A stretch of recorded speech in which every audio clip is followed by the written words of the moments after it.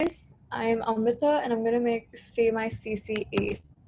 So my topic might seem quite different than all of the others because it's very complicated and it's very different from everything else. So I'm going to be talking about mental illness. Does anyone have an idea of what mental illness is? Like, what is a mental issue? We're very well aware about physical issues. Are we aware of mental issues? Like when your brain has this slight disorder, making you kind of different in thinking and that in many skills.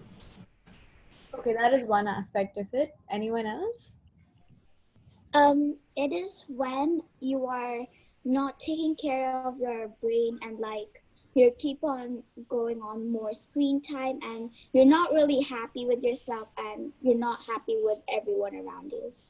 Yeah, that's pretty good answers. I'm so happy that like our juniors and all are saying this because I genuinely thought I wanted to take this topic because I really feel like juniors these days really need to know what mental illness is because we don't talk about it much in school. We talk about physical issues really well, but we haven't addressed issues to young kids.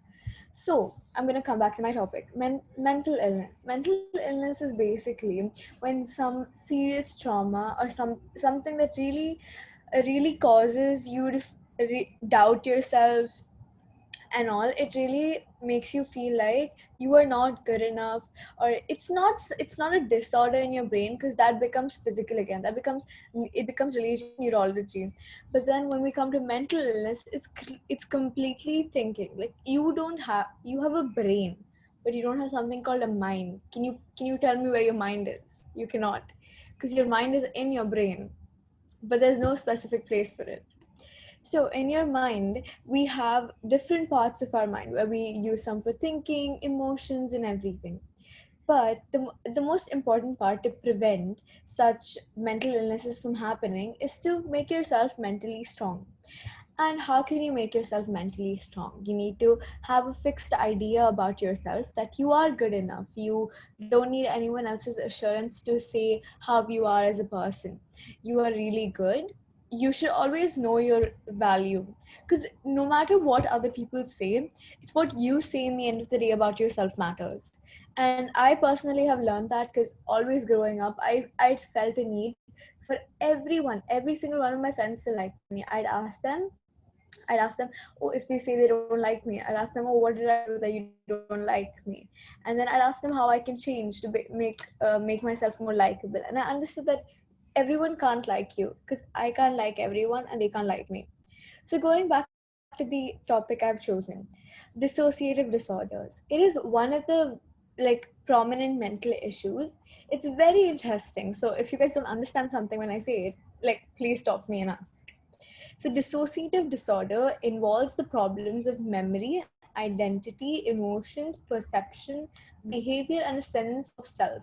It's basically when, imagine I have myself, but I have another personality in my head. It's something that is caused because of trauma.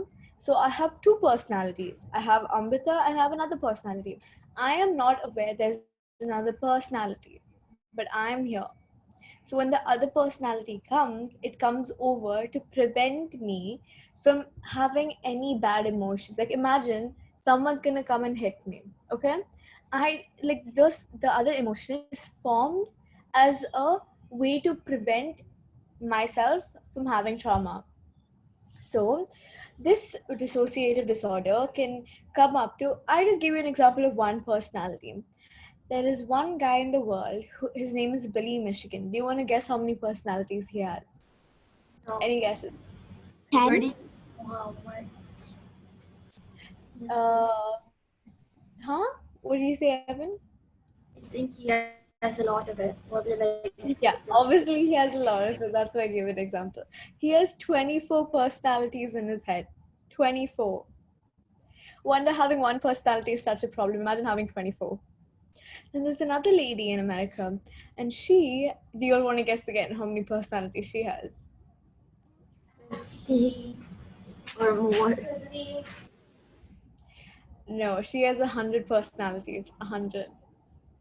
those personalities have their own life, you know. Imagine I have an issue, okay? I feel like I am too fat, so I start trying to lose weight. There, in mental illness there are also other issues like focusing on food disorders, because food disorder is also a mental issue. When someone thinks they're overweight, they try to reduce their weight by not eating, and that is not really the right way, and that's called being anorexic. So like those personalities in our head, few of them were anorexic, few of them had a kid, but then she is so unaware of this. Imagine if one of her personalities had a kid, she doesn't know she has a kid, because it's that personality's life. It's basically having two people in your head. That's completely about dissociative disorder. So I just thought that, because when I really learned this by watching a series on Amazon.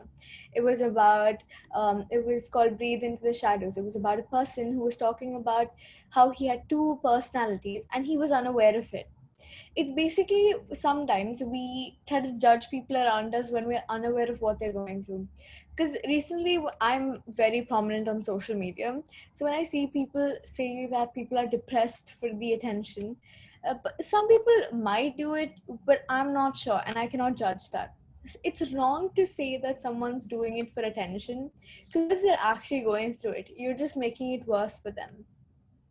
Like, you can't really judge. Like, if you see someone hurt physically, would you tell the person that they're faking the injury? No, you wouldn't. So why would you tell someone that you're faking a mental injury? It's basically like you're telling someone what you're doing is fake and you're just doing it for attention. No one gets hurt for attention, do they?